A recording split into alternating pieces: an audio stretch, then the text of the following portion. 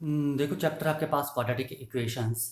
ठीक है, देखो क्वाड्रेटिक इक्वेशन होती क्या है। हर equation in the form a x square plus b x plus c is equal to zero and a is not equal to zero.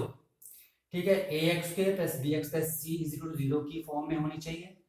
ये जो एक्स स्क्र का कॉफिशिएंट है ये ए, ये जीरो नहीं होना चाहिए। ठीक है, इसे हम क्वाड्रेटिक इक्वेशन कहते हैं। ठीक है, ए बी सी क्या है, आर नंबर्स। ठीक है, ये कुछ भी हो सकते हैं, 1 2 3 4 -1 -2 -3 कुछ भी हो सकते हैं। ठीक है, पर यहां ध्यान रखना आपने, ए जीरो नहीं होना चाहिए। बी जीरो हो जाए, सी जीरो हो जाए, कोई प्रॉब्लम नहीं है, लेकिन ए की वैल्यू जीरो नहीं होनी चाहिए। ठीक है, ओके। जब भी आपको इस फॉर्म में दिखाई देगी तो आप क्या बोलोगे, वो क्वाड्रेटिक इक्वेशन है। ठीक है, या तो फिर आपने ये चीज देखनी है, जो x है उसकी जो हाईएस्ट पावर है वो 2 होनी चाहिए। 3 भी नहीं होनी चाहिए, 1 भी नहीं होनी चाहिए, हाईएस्ट पावर 2 होनी चाहिए, हम उसे क्वाड्रेटिक इक्वेशन कहते हैं। ठीक है, एग्जाम्पल जैसे 2x² plus 3x plus 5 is equal to 0, ये भी क्वाड्रेटिक इक्वेशन है। ठीक है, x square is equal to 9। ठीक है, या x square minus 50 is equal to 0, ये सब भी क्वाड्रेटिक इक्वेशन है। क्योंकि देखो इसको हम क्या लिख सकते हैं, x square minus 9 is equal to 0 लिख सकते हैं। अब देखो ये इस फॉर्म में बन रही है। ठीक है, यहां कंपेयर करो। ठीक है, x square minus 9 is equal to, अगर कंपेयर करो इसके साथ, तो यहाँ एक्स का कॉफिशिएंट 1 है, तो ए आ रहा है 1। ठीक है, जो कि इस कंडीशन को सेटिस्फाई कर रहा है, तो हम इसे क्वाड्रेटिक इक्वेशन कहेंगे। ठीक है, ये लग गया पता। जैसे आपके पास है x square plus 5x is equal to 0, ये भी क्वाड्रेटिक इक्वेशन है। ठीक है, क्यों? क्योंकि यहाँ जो एक्स का कॉफिशिएंट है वो 0 नहीं है। ठीक है, जैसे आपके पास 5x plus 7 is equal to 0, यहाँ पर एक्स स्क्र है ही नहीं, तो ये क्वाड्रेटिक इक्वेशन नहीं होगी। ठीक है, क्वाड्रेटिक इक्वेशन होने के लिए एक्स स्क्र होना जरूरी है। ठीक है, ओके, एक्स स्क्र होना ही चाहिए। अगर एक्स स्क्र है तो क्वाड्रेटिक इक्वेशन, अगर एक्स स्क्र नहीं है इक्वेशन में तो वो क्वाड्रेटिक इक्वेशन होगी ही नहीं। ठीक है, तो ये चीज आपने ध्यान रखनी है। ठीक है, तो क्वाड्रेटिक इक्वेशन की होगी जो इक्वेशन इस फॉर्म में होगी और ए इज नॉट इक्वल टू 0। ये मैंने एग्जांपल दे दिए। ठीक है, एक सिंपल सी बात ध्यान में रखो कि एक्स स्क्र वाली टर्म 0 नहीं होनी चाहिए, एक्स स्क्र दिखना ही चाहिए। चाहे ये लिखो, ये लिखो, ये लिखो, ये लिखो, ये लिखो, ये सभी क्वाड्रेटिक इक्वेशन है। पर इस इक्वेशन में एक्स स्क्र नहीं है तो ये क्वाड्रेटिक इक्वेशन नहीं है। ये चीज आगे समझ में। ठीक है, आ जाओ। नेक्स्ट है आपके पास डिस्क्रिमिनेंट। डिस्क्री डिस्क्रिमिनेंट। ठीक है, देखो डिस्क्रिमिनेंट क्या होता है। ठीक है, देखो डिस्क्रिमिनेंट को हम डी से लिखते हैं। ठीक है, और इसकी वैल्यू, ठीक है, अगर आपके पास इक्वेशन है a x square plus b x plus c is equal to 0 and a is not equal to 0, तो यहाँ पर डिस्क्रिमिनेंट की वैल्यू होती है बी स्क्र माइनस 4ac, ये ध्यान रखना। और इसका यूज हम करते हैं, ठीक है, कहाँ पर यूज करते हैं, कि अगर हमने फाइंड करने हैं कि क्वाड्रेटिक इक्वेशन, जैसे आपके पास ये जो क्वाड्रेटिक इक्वेशन है इसके रूट्स रियल हैं या इमेजिनरी हैं, यानी कि x की वैल्यू जो है वो रियल वैल्यू आ रही है या इमेजिनरी वैल्यू आ रही है, उसके लिए हम इस डिस्क्रिमिनेंट फार्मूले का यूज करते हैं। ठीक है, ये इसको हम आगे एक्सप्लेन करेंगे कि पूरा कब रूट्स रियल और इमेजिनरी होंगे। ठीक है, इसको हम आगे करेंगे। फिलहाल आप ये ध्यान रखो। ठीक है, डिस्क्रिमिनेंट की वैल्यू थी बी स्क्वायर माइनस 4ac, और इसका यूज हम करते हैं बताने के लिए कि रूट्स रियल हैं या इमेजिनरी। ठीक है, जिसके बारे में हम आगे डिटेल में करेंगे। ठीक है, आ जाओ कुछ एग्जांपल करते हैं।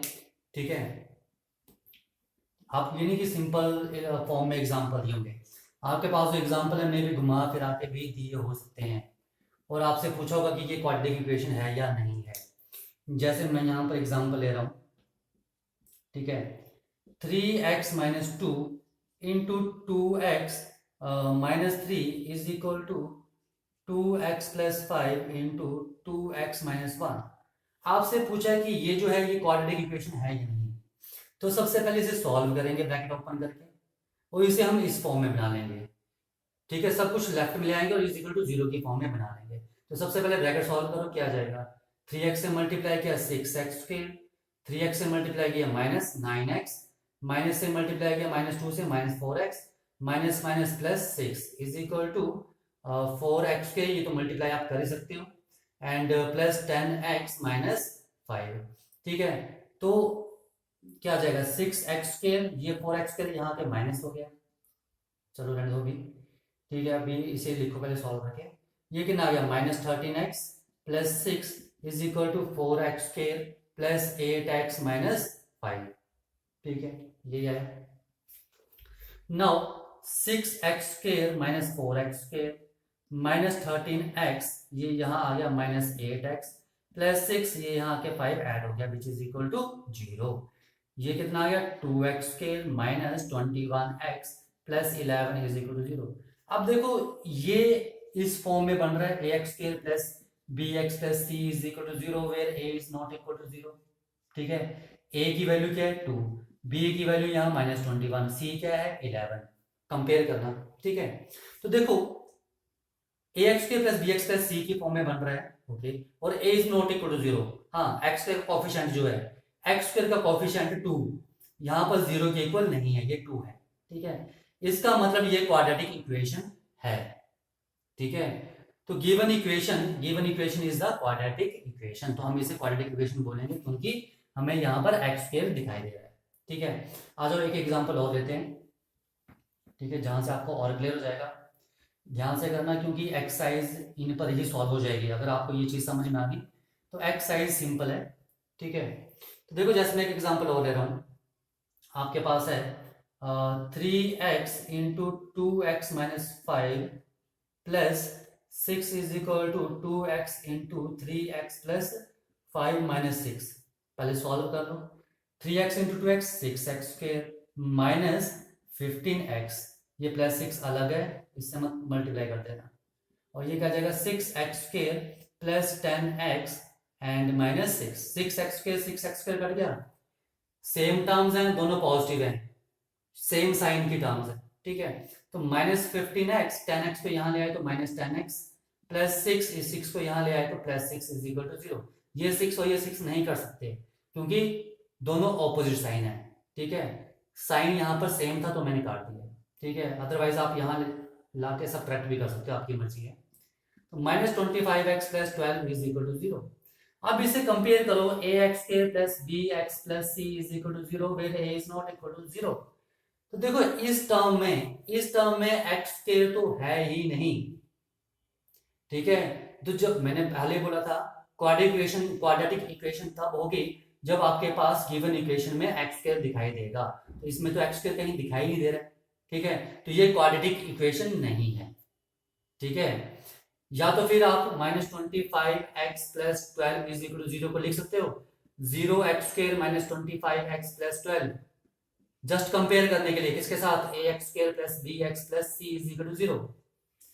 देखो यहाँ इस टर्म में x² नहीं है तो मैंने 0x² लिख लिया, 0x² का मतलब क्या है 0, तो कोई फर्क नहीं, ये और ये क्या है दोनों सेम है, कोई फर्क नहीं पड़ता। क्यों लिखा, मुझे इस इक्वेशन के साथ कंपेयर करना है। ठीक है, अगर इसके साथ कंपेयर करने पर दोनों सेम आते हैं तो मैं क्वाड्रेटिक इक्वेशन बोलूंगा।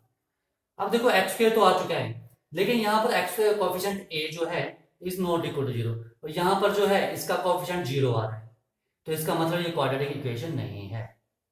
ओके, तो क्वाड्रेटिक इक्वेशन कब होगी, जब x² आपको दिखाई देगा। ठीक है, हाईएस्ट पावर जो है इक्वेशन की वो x² होनी चाहिए, तब हम बोलेंगे वो क्वाड्रेटिक इक्वेशन है। ठीक है, ओके, हाईएस्ट पावर x² होनी चाहिए। ठीक है, और मिनिमम भी क्या होनी चाहिए, x² तो होनी ही चाहिए। ठीक है, मैंने आपको एग्जांपल देके पहले बताया था। ठीक है, तो ध्यान रखना जब तक x² नहीं दिखाई देगा क्वाड्रेटिक इक्वेशन में तब तक वो क्वाड्रेटिक इक्वेशन नहीं होगी। ठीक है, आ जाओ कुछ और एग्जांपल करते हैं, मैं लिखता हूँ यहाँ पर।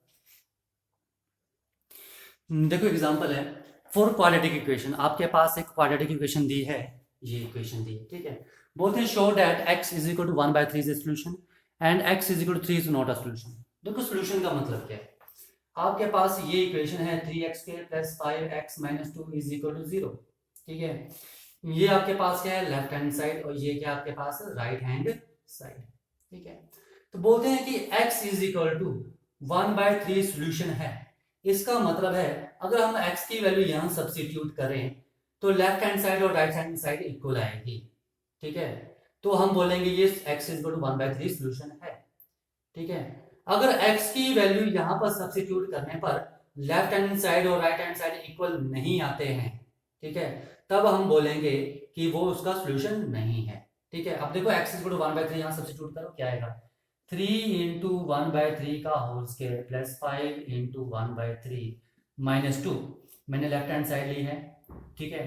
तो 3 इंटू 1/9 प्लस 5/3 माइनस 2 कितना आ गया 1/3 प्लस 5/3 माइनस 2। नाउ एलसीएम कितना आ गया इसका 3, तो 1 plus 5 minus 6 which is equal to 6 minus 6/3 which is equal to 0। Left hand side को सॉल्व किया मैंने 0 आ गया और राइट हैंड साइड भी क्या है 0 which is equal to right hand side. तो लेफ्ट हैंड साइड और राइट हैंड साइड मेरे पास इक्वल आ रही हैं, तो हम लिखेंगे x is equal to 1/3 is a solution, ठीक है, of 3x² plus 5x minus 2 is equal to 0। ये चीज समझ में आई। अब आती है बात x इज इक्वल टू 3 के लिए, ठीक है। तो x is equal to 3 put करो लेफ्ट हैंड साइड पर, लेफ्ट हैंड साइड क्या है 3x² प्लस 5x माइनस 2, तो 3 into 3² plus 5 into 3 minus 2 which is 3 into 9 plus 15 minus 2, 27 plus 13 यही आ रहा है, and which is equal to 40 and which is not equal to right hand side. Right hand side तो 0 है, यहाँ तो 40 आ रही है, तो यहां से मेरे पास left hand side is not equal to right hand side, तो इसका मतलब है x is equal to 3 is not a solution of this equation. ये चीज समझ में आई। तो आपने ध्यान रखना कि सॉल्यूशन कब होगा, ठीक है। देखो जब भी आपको इक्वेशन में लिखा है कि जैसे कि कुछ भी लिखा है x is equal to 1/3 is a solution, ठीक है, तो आप यहाँ वैल्यू पुट करोगे तो लेफ्ट हैंड साइड और राइट हैंड साइड का जाएगी इक्वल आ जाएगी, ठीक है, ओके। ये चीज समझ में आ गई, ठीक है।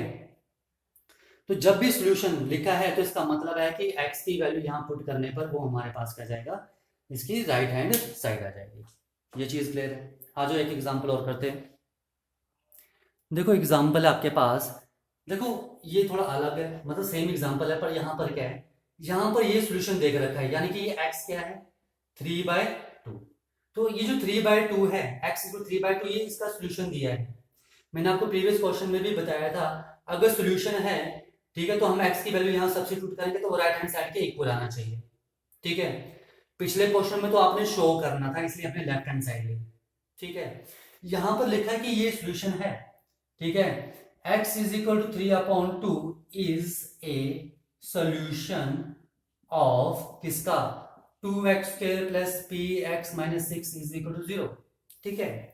अगर ये x इसका सॉल्यूशन दिया है तो आपने x की वैल्यू यहाँ सब्स्टिट्यूट कर देनी है, तभी आपके पास p निकलेगा, ठीक है। सॉल्यूशन का मतलब होता है, ठीक है, x इज इक्वल 3/2 इसका सॉल्यूशन का मतलब है कि हम अगर 3/2 पुट करें तो ये राइट हैंड साइड के इक्वल आएगा, तो कर दो पुट 2 इंटू 3/2 का whole square plus p into x की वैल्यू 3/2 माइनस 6, तो ये राइट हैंड साइड के इक्वल आएगा विच इज इक्वल टू 0, ठीक है। सॉल्यूशन का मतलब यही होता है, ठीक है। जैसे हम बोलते हैं x plus 1 is equal to 0, ठीक है, sorry x minus 1 is equal to 0, मैंने बोला x इज इक्वल टू 1 अगर हम पुट करो तो वो उसका सॉल्यूशन होगा।